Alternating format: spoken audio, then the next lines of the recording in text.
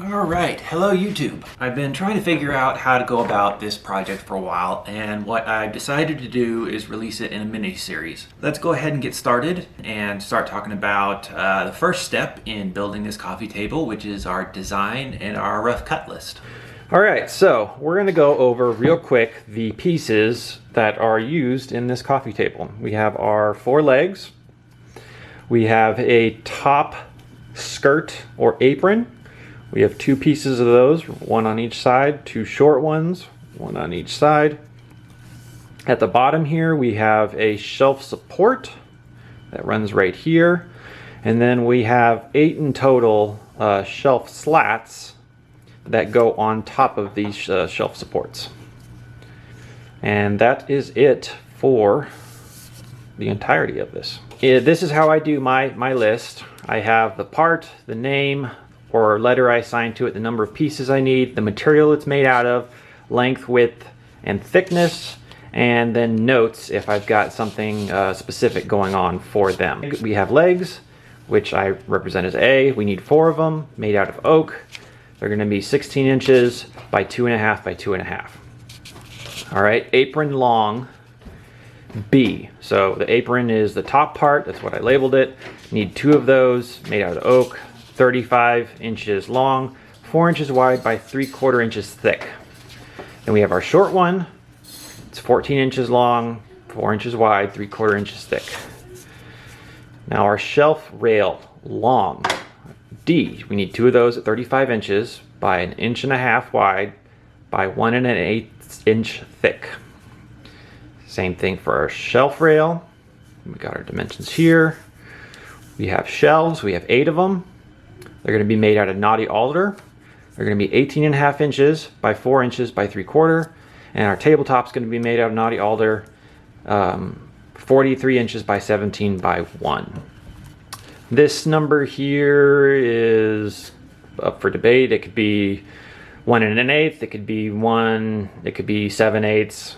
We're really just going to maximize our material for most of these. So 3/4 doesn't have to be the case. It just so happens that when you go buy 4/4 material and you mill it down, chances are good you get 3/4 out of most of your stuff pretty easily. Trying to save it to 7/8 can be a little challenging, so it depends on what you're using. There's nothing wrong.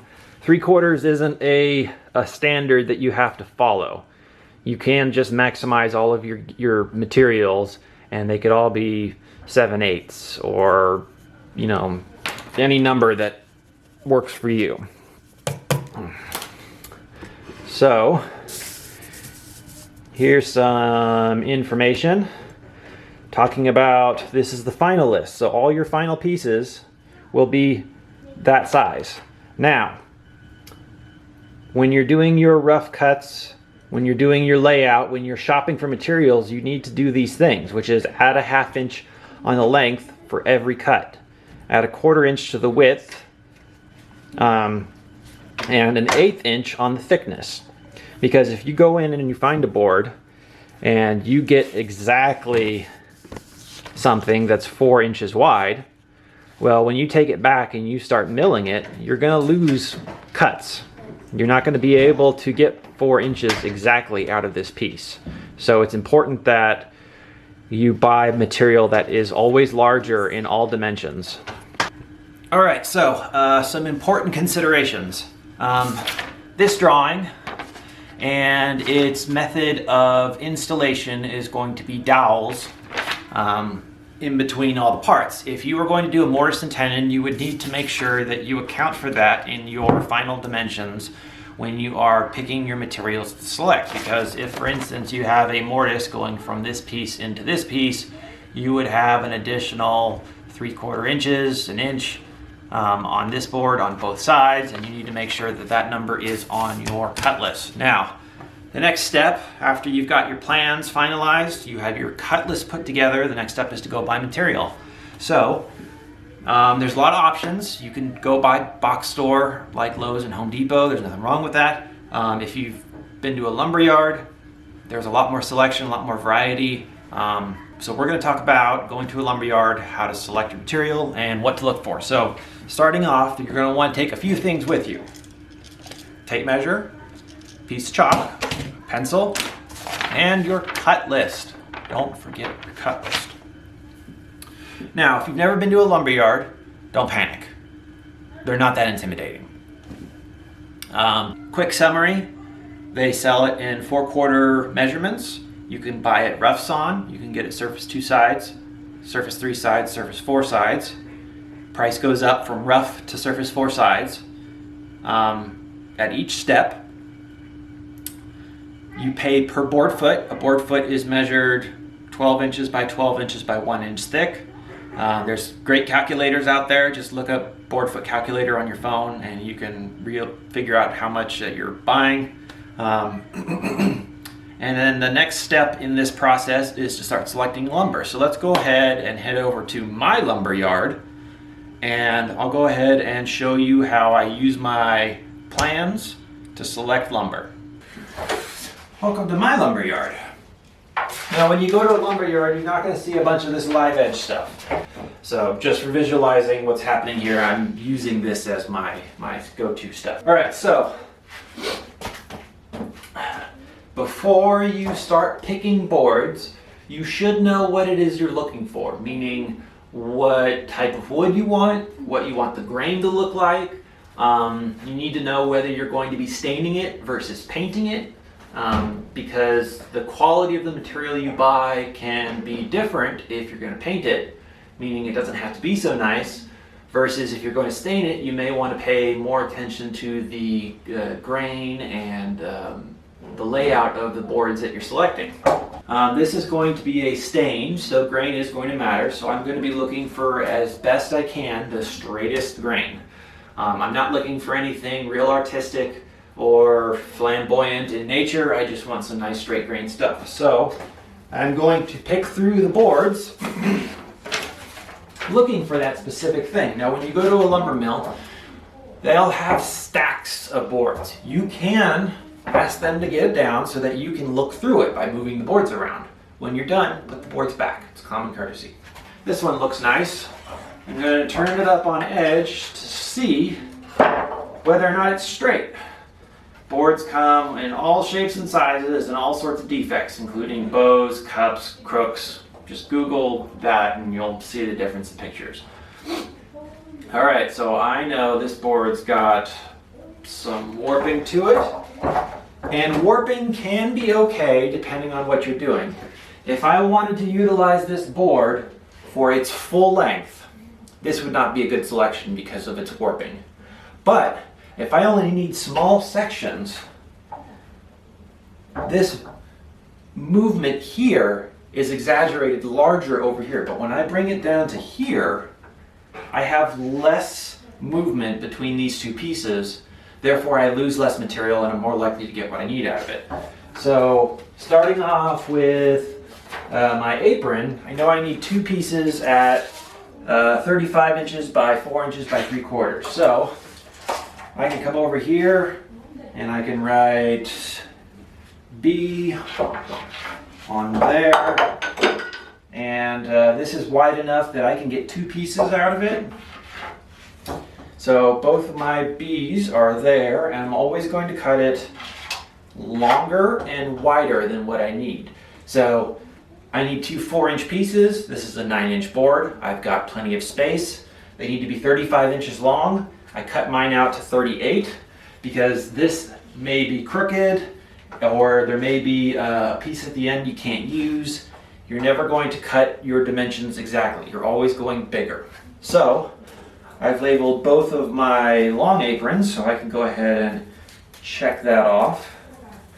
Now we're going to move on to our next piece, which is our apron short. Those are C, they need to be 14 inches, so roughly where my chalk line is, I come out to 17 and mark it. I put C on both. Now I know where my pieces are and I come back over here. This is a good way to go about making sure that you're getting all your pieces. Especially when it's a one-off piece like this, you can go and hand select the pieces you want. Now, after you've gone and selected all your material, it's important to note certain things. Your legs, for instance, they have to be 2.5 inches thick. You can do that with gluing up 3 pieces of 4/4 material and then planing it down. You could do 2 8/4 pieces and then planing it down, but you're going to need additional pieces. So I have 4 legs here at 16 by 2.5 by 2.5. Well, I know that I need to glue up, let's say I go with this 4/4. I need to glue up 3 pieces in order to get 1 leg. So that means I need at least 7 inches by 18, and that's A. So I'm gonna go A, A, A.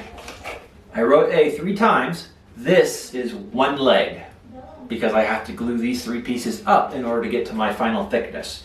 Everything else is a little thinner. Some of the stuff that's thicker, you need to pay attention whether you should be buying 4/4 or 8/4. So for instance, the shelf rails on the bottom that support the shelf slats, those are going to be 1.5 inches thick. So I wouldn't buy 4/4 material to make those pieces out of. I would go ahead and buy 8/4 material. Now, after you've gone and done everything, you want to buy some more. So it's a general rule of thumb to buy 15 to 20% more material than you're actually needing. The reason for this is because things go wrong. You may find that you have a board with tension and movement in it that you didn't know was there until you started cutting into it. So, if you didn't know, trees have a lot of internal stresses on them, depending on how they grow, the direction that they were, the knots and everything else in it. You can have boards under a lot of stress. So I'm going to show you one board here. So when this came off the tree, that was together. But you can see, based on this large crack right here, that it wants to move. Reactionary wood is what it's known as, can be quite dangerous. And what you'll notice is that when you're cutting it, it may want to bind after you cut it, or it may want to pull apart. And you can't account for that. You can account for that some by paying attention to the wood and the grain and the way it's growing. You can figure out whether or not a piece is likely going to have tension in it. If you have straight grain, chances are good you won't. When you're buying materials, your extra is always just to account for things that just don't go right. Mistakes happen. You're cutting a piece, you weren't paying attention, you cut it at 3 7/8 instead of 4 inch, and now your measurements are all off. So now you have to recut new pieces. It happens.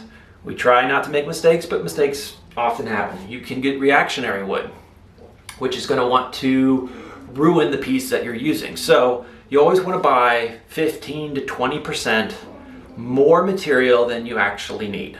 It's just a rule of thumb. It's a safe bet, and you don't have to make multiple trips to the lumber mill.